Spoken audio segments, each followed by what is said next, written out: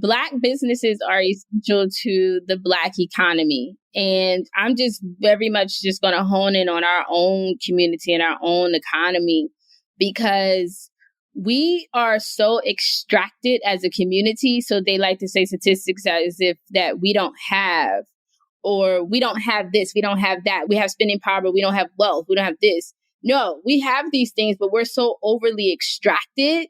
Everyone pulls from our community. I mean, we can go all the way back to Africa and all of its natural habitats and things that were taken from Africa and then taken all over the world to empower the world.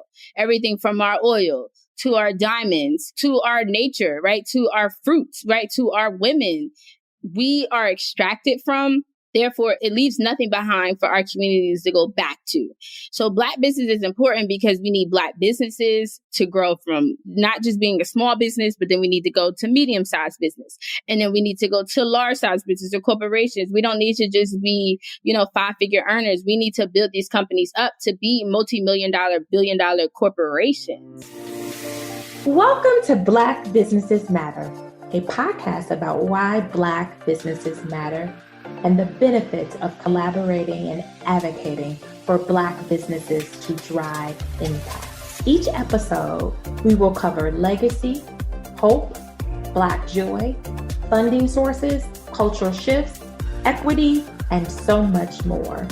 We will provide inspiration and action while spreading some joy to a thriving community of Black business owners and leading thought leaders. Black Business Matters podcast is produced by the L3 Agency, a culturally sensitive influencer marketing and communications firm in Chicago, where relationships are our currency, passion is our profit maker, and people are our bottom line. I'm Larvetta Lofton, your host and founder of the L3 Agency. Welcome to another episode of Black Businesses Matter. I am super excited about our next guest. First of all, let me say this. Season 3 is going to be so exciting because we're talking about relationships within business, personal, the earth. We're just talking about how people navigate relationships in life or in business to really help them propel in business. And so we thought it was important as we enter into the season that we really digest relationships. And as a founder of a company, one of our statements are relationships are our currency. So we really are going to talk about how relationships transfer into currency, because that's how we're able to do the business that we do here in Chicago while we're headquartered in Chicago, but all of the business that we get to do. And so our next guest, whom I'm excited, she is actually part of the HBCU network and the AUC network. So I like to think she is my sister, part of the AUC Center, because I am an alum of Clark Atlanta. And so I want to introduce you all to Danielle Jeter, who is the founder of AOI Events and PR and Women in Media Global. So we are just excited to hear about her story. And to be honest with you, she's probably going to tell us that it's all about relationships in order for her to be successful at what she does. Welcome to the show, Danielle. Oh, thank you so much for that amazing intro. I'm super excited to be here. Thank you. So tell me your journey. Like, what's your journey, right? You've gone to Spelman College and now have your own company, and you do a number of things in the Atlanta area, right? Danielle, you're still in Atlanta, right? In the Atlanta area. So please tell us your journey. Where did you grow up? Awesome. Yes, my AUC sister, Spelman grad here. So happy to know that you also are a graduate of Clark. That's amazing.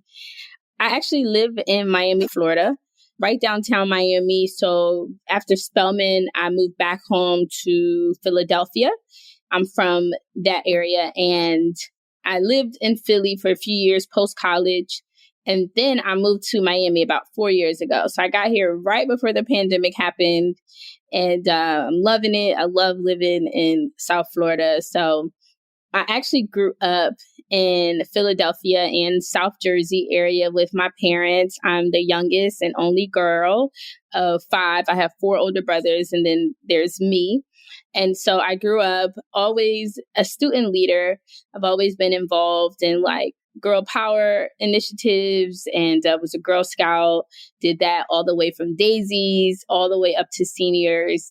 And I was also a dancer. I've been in theater arts for most of my life, dancing, trained in ballet, modern jazz, African dance, hip hop. And so my interest in dance opened me up to HBCUs because I wanted to dance in the band. And so we all know, hey, you got to go to a HBCU to get that experience. So that's why I decided to go down south, go to Spelman College, because I wanted to dance in the band. And I did just that. I tried out my freshman year for Morehouse College dance team because, Spelman, we dance for the football team at Morehouse. And I made the team. And so the rest is history. But it's really me following my passion and what I love to do and what makes me happy, which is performing in theater and community, that has opened up so many opportunity for me and really ushered me into entrepreneurship, which actually started my business while I was a student at Spelman. And so I'm still running that business today, AOI. Yep. That is awesome. First of all, I want to really talk through, because, as I mentioned, we're talking about relationships. So how was your relationship, your family relationship growing up? We've heard it. Was it, for lack of a better word, right, traditional? Was it toxic? Like, what was that relationship done, as a child and adolescent for you? So praise be to God. I come from a beautiful family. My family was very supportive, very hands-on. Both of my parents were part of my life and still very much are part of my life. They're both still alive. I also have a stepfather who I'm extremely close with, who I grew up with, who is a part of my life. And so we have a blended family when it comes to that aspect, which is very non-traditional in the sense of that both of my dads get along, they're friends, they can be in the same room together. We have family all together. So I'm really grateful that we never had to choose where we wanted to go or spend our time with, because maybe someone is going to be there or this dad is going to be there. Everybody was always welcome and accepted. So I'm really grateful for that. And I come from a very hardworking family, one who they just work hard, right? They just believe in having a good quality life and accomplishing what you may see as your goals or what makes you successful. Super supportive in what we wanted to do. Didn't come from a place where they tried to stifle my growth or my creativity or how far I wanted to go. It's just, whatever you want to do, go, baby, go. So I'm grateful for that. I got a lot of positive exposure growing up. I was always very well taken care of. And my mother was very, very intentional about what she allowed me to do and the people she allowed me to spend my time with, because, young minds are impressionable, and she knew that. So she wanted to make sure that like her baby girl, at least were around people who were going to pour into her positively, so that this certain things, what she wanted to do was, as much as possible, avoid situations that are avoidable and teach me as much as possible to avoid certain situations so that I did not have to compromise my life or the things that I wanted to do. So I'm grateful for that. I grew up in a, all Black community, went to all Black schools. I was always studious, very well involved, well engaged student, pretty much a well-rounded student. So that's how I grew up. I think it was kind of normal for me. Yeah. And let me say this, Danielle, I really started off this way because when we think about this diversity and inclusion, we haven't really thought through, like, where did we come from, right? And understanding just that story, because oftentimes, in media, Black families are not portrayed positively. So when I listen to your story, that's a positive story, right? Grew up, your family wasn't traditional in the way that we know traditional, but there was opportunities and acceptance. And I want to use that word that you said was that everything was accepted, right? And so knowing that, was that something where going to this HBCU, was acceptance a key component to your mom ensuring that you were at all times, or your dad, you were accepted? Yeah, I think going to a HBCU, I mean, my parents had really no perspective. Like, they didn't have an opinion either way. They were just like, okay, if you want to go to college, that's awesome. You want to go to this college? That's great. We'll make it happen. If you don't want to go to college, you don't have to. You want to do something else? Okay, that's fine. They just wanted to make sure that it's something that I grew up to be at least a conducive part of society and that I would be able to take care of myself so that I could eventually get out of their pocket and out of their household at the due time. But they were very happy about my decision to go to college. I'm a first generation college graduate. Also, like, even when it comes to like entrepreneurship and the way that I'm building my business and the type of business I'm building, I'm kind of the first of its kind too in my family. So I'm kind of leading the way in several efforts here where they didn't really know how to advise me, but they were super supportive and just wanted to make sure that I had access to resources so that I could make the best decisions, even if they weren't the best ones to advise me. I love that you said access. Oh my gosh, I love it, because that right there is, I mean, it is a buzzword here because we believe that for clients, we give them access. And so I love that you learned that. So I want to dig, and I appreciate your journey, because I think we don't get a chance to hear the journey to your success, right? We see that like, oh my gosh, she is a visionary, she's inspiring. But when you understand her relationship growing up and how she saw relationship, I think that it does. Do you think that it plays a role in how you show up every day as a professional and as an entrepreneur? Absolutely. I think that because my parents had such high standards for me and they were very supportive, but they also didn't allow me to make excuses. Just the way that they reared me has made me a very strong person, a very confident woman, right? So they also just made sure that I was very street smart. So they don't worry about me when I'm out doing different things, if they're not with me, if I'm traveling, if I'm in another place, if I'm going here, and that I had to prove to my parents that I was responsible enough to move away from home, because that's 13 hours by car, that's 3 hours by plane. If something happens, they can't just immediately be there. So they have to trust that I can make wise decisions and I'm going to take care of myself. And so I had to make a point throughout the last couple of years of high school to prove that I'm a responsible young woman. I can go away. You don't have to worry about me. And if they felt that I wasn't responsible, they would have made a different decision and said, no, you need to stay home.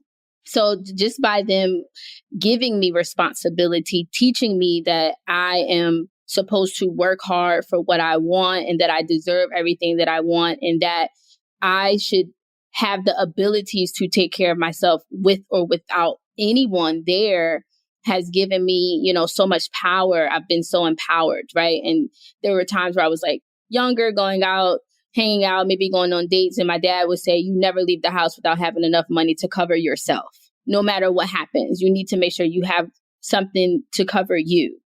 And those principles go a very long way, So I'm grateful to have parents that have instilled so much values in me that I can go around the world and be able to take care of myself and be responsible and get back home in one piece. And Danielle, it's crazy. You think for a minute, like you growing up in Philadelphia, moving to Florida. My father said the exact same thing. You don't walk out the house without money. And so making sure that you can get home. So when you said it, I was like, oh my gosh. So there is another person like him that said the same thing. Like, and he was serious about it to this very day. Cause we use debit cards and he's like, why don't you have any cash? I'm like, no, Dad. He's like, I don't get it. And it's crazy because when I heard you say that, I was like, that was I always know have money to get yourself back. So I think that is important. Now I want to talk about AOI. What does that stand for? That's a good question. So AOI actually stands for Affairs of ISIS. And Isis is an Egyptian goddess. So I went to Egypt on a trip with Morehouse and Spelman when I was in school, and just going through just Egypt and learning all about the culture, the kings and the queens and Egyptian mythology and all of those things. I was a history major too at Spelman. So I was really influenced by just her symbolism and her respect, Isis, the Egyptian goddess, that I was inspired to name my company after such a prestigious figure.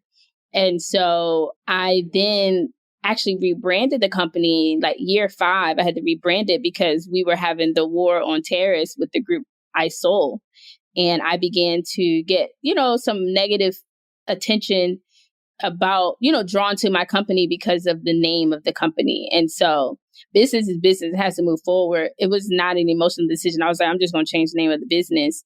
And so I changed it in a way where it wasn't too far gone. So if I ever wanted to be like, oh, I want to put the name Isis back into the business, and I could, it would be like a quick fix. So that's exactly what AOI stands for. Oh, wow. So you were very intentional with the name. Like, I love that. And of course, you're a PR professional. Typically what most of our companies are by their last name or the individual. So I love that you were different and not creating that. Because I was like, oh, maybe this is her initials for her, for her name or something. So, or somewhere around that. So I'm so glad that you gave just the historical journey to being able to do that. So I want to talk about, how does Danielle been able to work with like Master P, wise, intelligent, and then the governor Tom Wolf, and the senator? Like, tell me how all that was manifested. Because, I'm looking at it and I'm like, okay. And not that I'm saying that they're very extreme, but that from a vertical, they're two different verticals. So tell me, how did that happen? What relationship kicked that off? You are right, sis. Those are, different verticals. So let's see. I would say my journey into politics was super organic. And when I moved back home to Philadelphia from Spelman, I was an extremely visible and active member of my community as a young professional. And I was building this business and this brand. So for me, it was extremely important that people knew who I was, that I was building a reputation that was positive, and that I got involved and engaged in my community. And so Philadelphia is a very political town. And the politicians and community leaders began to look at me as one of the leading young professionals in the city. One, because I knew how to galvanize a group. I knew how to get a community together, get people together, and I knew how to communicate. So politicians have agendas. They need to get in front of people. They need to build relationships. It's a part of what they do. And so they saw me as, oh, she could help us connect with young people. Let's do business with her. Let's talk to her.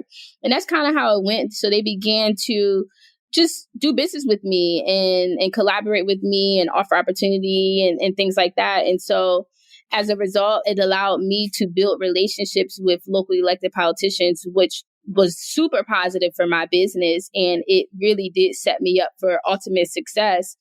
And I began to get opportunities to work on political campaigns, doing political PR. And I was like, I don't do political PR. I've never done this before. And people, my very first campaign, they were like, no, but everyone says you're the person who I need to work with. Like, you are super talented in the area of communications. I said, yeah, that's true, but I've never won a campaign. They said, but we want to take a chance on you. And so, the rest is history. And I began to do this work. So much so that this work began to shine light and people started to notice me at the Capitol in Harrisburg. And so I got a call and they said, do you want to be a commissioner for the governor? And I said, well, what is a commissioner for the governor? And they explained to me what the position was. And it's an appointment. It's not something that you can be elected to. It's not something that you could apply to. You have to be appointed by the governor. And the governor appointed me. I said yes, and I took the assignment. And so I began to advise him for about 6 years as a commissioner. And that was a great opportunity in itself. So, I always tell entrepreneurs and even young people, like, your reputation will always precede you. Like, when you are super focused and you are doing good work and you allow your integrity and your values to shine through, people find you. You don't even have to go seek an opportunity. It just falls into your lap, just by you staying on assignment. That has happened with the governor. Me working with like Master P and Rap Snacks, they are family friends, but it wasn't even the fact that they were family friends that opened that opportunity. I was just in the right place at the right time, knowing how to make connections and network. And so I began to network with Wise Intelligent. And later, then I was like, oh, yeah, you work with my cousin. I get it. Cool. And so Wise, again, took a liking to my work. He loves the work that I do with women in media. He began to follow the work, research me. And he said, I want to be a part of what you have going on. Whatever I can do to support, I'm down for it. Then he connects me to Master P, and then so forth and so on. So your gifts will make room for you and your light will shine. It's just about you knowing where you should be, like you being able to say, hey, this is my assignment. I'm very good at this. I'm gonna be diligent at it, because sometimes we start and stop things. But for me, I've been diligent at building this business for 13 years. People come and say, hey, what do you do now? The same thing. I do the same thing. I didn't switch. I didn't change. I'm doing the same thing. And so now I have a track record of that thing. It's like, oh, she has longevity. She's committed. Oh, Danielle, you just over here, you got me having chills, because when you said, it was so much that you said, but when you say I'm doing the same thing, I think that's powerful, because when people come, and they'll be like, hey, so what you doing? And I almost feel like, the same thing I was doing. Like, why are you asking me this again? Right. I appreciate that. I'm like, I'm going to steal that. The same thing, because I just love that you said that. Like, it's like, stop trying to create something. The one thing that I do want to ask you just from that, because I think it's important in what you speak from politics, how important, because I think it's important, because I think that we look at politics as separate, that we don't see that there is celebrityism. We're out of Chicago, and Chicago is sometimes I think it's a political nightmare, but it is so politically driven. But do you believe, like today, right, that if you don't have that, your politic game, you aren't able to really advance your career or even your business? Do you find that is like a missing link that we miss, or do you think you don't need it? Do you mean actually being engaged with the political process and politicians, or do you mean just kind of like the overall skill of being able to nurture and build relationships? There you go. That the overall skill of nurturing that relationship and not taking the politician out of that nurturing process. Yeah, I think that one of the main responsibilities of a CEO is to build relationships. And so knowing how to get in the room and nurture relationships and then having follow up and follow through that's the basis of being able to grow your business in general, especially the communities we come from, Black communities. Most of us are building something from the bottom. It's not like we're coming into this established estate that somebody's handing us over something already done, where we just have to manage it and continue to keep it alive and grow it. No, we building something from the bottom. And so that does have a lot to do with the relationships that you have and that reputation that you have. So it's interesting because I literally just created a course, and it's the Notable Brands Accelerator mini course, where I'm teaching people how to network and how to build relationships that they can nurture for their business. Because sometimes people are unsure of how to make relationships, make the connections, so forth and so on, and then be able to nurture them and grow them. So I've created this whole new product about it, because that's one of the biggest things people ask me. Well, how did you be able to do all of these things at such a young age? It's definitely something that is underrated. And you never know the next hand that you're about to shake, because once you start meeting different people that will get you into different rooms, when you get into different rooms, you get access to different information. And that's the whole thing about it. Sometimes we stay so small or we feel like we're big in our own box. But when you get outside your box and you go to another box, don't nobody know who you are. So we can't ever get complacent. We always have another level to go to. Yeah. Like listening to you, Danielle, I'm just loving it because I was listening to an old interview with Jay-Z and, you know, he was recently with Warren Buffett, and you actually just made me think of it because, right? How does and I'm just going to say this, former drug dealer who has built an amazing music game, licensing business, music business, be able to sit down with Warren Buffett, right? You don't see that, right? So, but sitting down and listening to you is the same thing, right? How does this young lady get to, you know, work with these elected officials and politicians and athletes, et cetera, et cetera?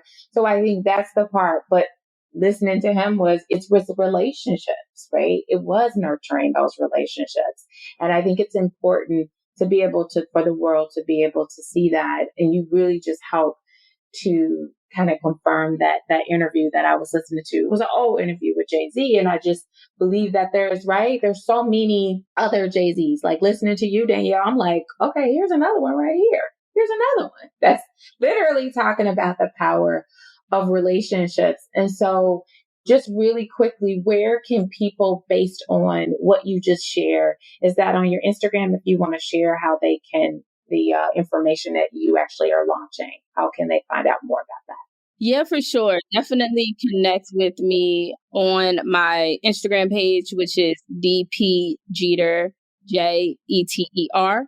That's DP Jeter, Jeter. If you go ahead and DM me the word network, and I'll make sure that you get that information. That's good. Okay, so we want to talk about this a lot, and we're going to get up to that. But I wanted, before I get to that question, is if you were to name, I'm going to give you three things, three most important things that you have to really have, I'm going to say, an authentic relationship. What are they? Because we throw around this authentic relationship. I'm like, okay, but what is that, right? What are the three things that you got to have this authentic relationship? I think first and foremost, you have to be like a welcoming person, open and welcoming to new people in your circle or in your space or in your community, in your sphere. So that right there, just kind of open and welcoming of the relationship. Number two, I also think that knowing how to be a real person. I don't want to say authentic because you said authentic, but at the end of the day, you can't wear a mask. Take your mask off. Who are you really? Being a very real person that people can really get to know and relate to, because real recognizes real and phony does. We recognize that as well. So just be you. And the third thing with building a good relationship is we have to know how to actively listen to each other. Because sometimes we do a lot of talking and this person talking, but if nobody's actively listening, then we're not receiving what the other person is trying to give or deliver. And if you're not an active listener, then that will turn people off from wanting to build with you because they're going to feel like they're not heard. Danielle, thank you for that, because I think it's everything that you said, and we go into this D&I. That's what it's all about, right? It's really those three things that you said when this whole idea of D&I and diversity and inclusion, it's those things. It's being you. It's being an active listener. I mean, I just love it. And I think more and more that is why relationships are so important to this success. So we ask this question with every guest we have. And I say this is our magic question because it is our magic question. Why do Black businesses matter? Oh, man.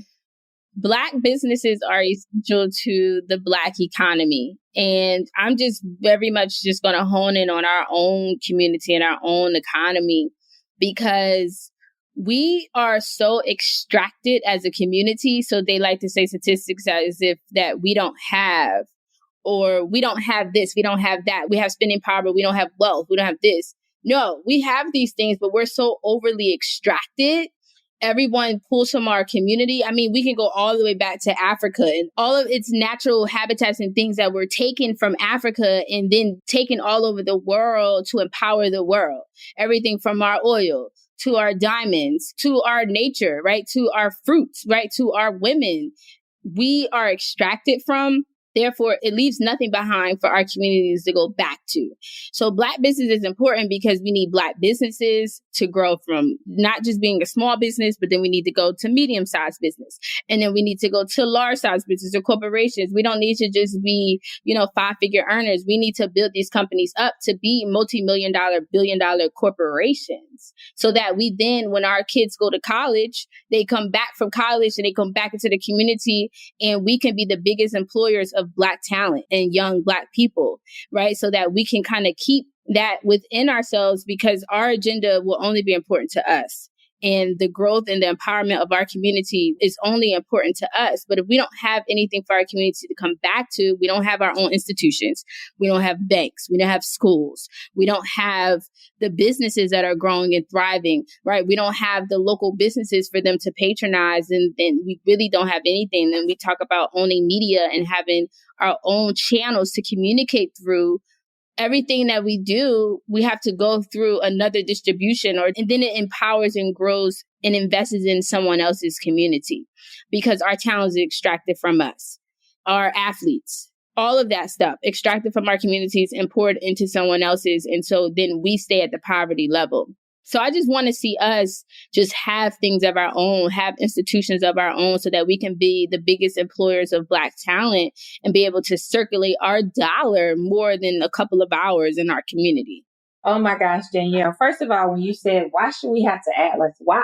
I mean, why? Right? And you just said it but then just brought it in perspective because Danielle, when we were working on this, that was part of the reason why I wanted to do it because right now, if you take us, we are the largest employers of Black people. But imagine if we continue to do that at that same rate and capacity, we can't compete to them because it's about volume. It's more them than us, right?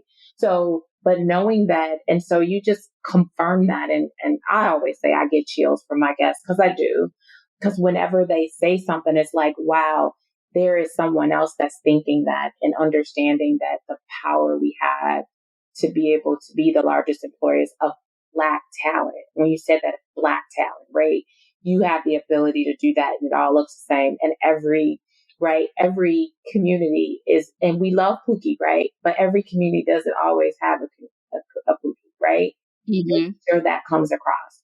So I want to take this opportunity to make sure that everyone knows how to get in contact with you because you dropped some gems today on this episode and really helping us to understand that relationship, our currency and you just wrapped it all together very nicely. So I want to make sure that everyone knows if you want to share your handle for AOI so that people can connect with you with the work that you do shucks, you're global, right? It's not just Philadelphia and Miami. She can do it all over. We're global now. Like COVID made us all global. So share your handles.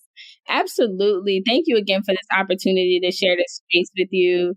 I'm really honored and I had such a great time. So keep going, keep building your show. And for everyone tuned in who wants to connect with me, go ahead and check out my Instagram page. I'm super active online at DP Jeter, just like Derek, Jeter. That is DP Jeter, Jeter. There you can check out my link tree in my bio, and there's all of the different other ways that you can connect, all of my programs and things of that sort. I do offer coaching and mentorship in the space of marketing and branding. So if that is something that you are interested in, just learning more about PR and how this could be beneficial to your business, I would love to support in that way. So I am on Instagram again at DP Jeter. And my website is DaniellePjeter.com. That's DaniellePjeter.com. And then you can also email me at bookme@dpjeter.com. So basically, if you know my name, DP Jeter, you go on and put that in on the internet, you'll find me. Yeah, you'll find me. Google me, honey. Google me. I love it. Before we wrap up, because you've given us so much, as we close, we have to ask this question. What brings you joy? I love basking in just God's glory and nature. That brings me so much joy. The days where I can just get lost in hiking or being by water, sunbathing, and just having those moments where you can just be like, only God could just create something so beautiful like this. And just looking at all of his wonders bring me so much ease and joy. Oh my gosh, Danielle. So you're making me say that Miami has to be my next stop, because Miami is like my happy place. And I think you just said it. I just feel like God is there all the time. And I know I have the lake in Chicago, but it's just a different kind of vibe because it's just so still. So thank you. And you get to see that quite often, I'm sure, being able to be, well, let me say this. You probably don't see it that often, but when you do, it does bring you joy, huh? Yeah, it's a blessing because this was definitely not a planned move. It was kind of like God up and moved me. And I was like, okay, let's see how this goes. Just being in a new city with no family and very few friends. So I do feel like sometimes I'm on like this extended vacation, but I'm super grateful. This is a very healthy environment. So you got to make sure you come on down and get some of this sunshine. Oh, I'm coming, Danielle. I'm going to do a tour, and I'm just going to sit and say to myself, now that we've really, gone out and go places outside of Chicago, to me, this is kind of like my way of being able to tour. So I get to talk to my guests and be like, where are you? Okay, I'm in your town. So that we can do Black Business Matter.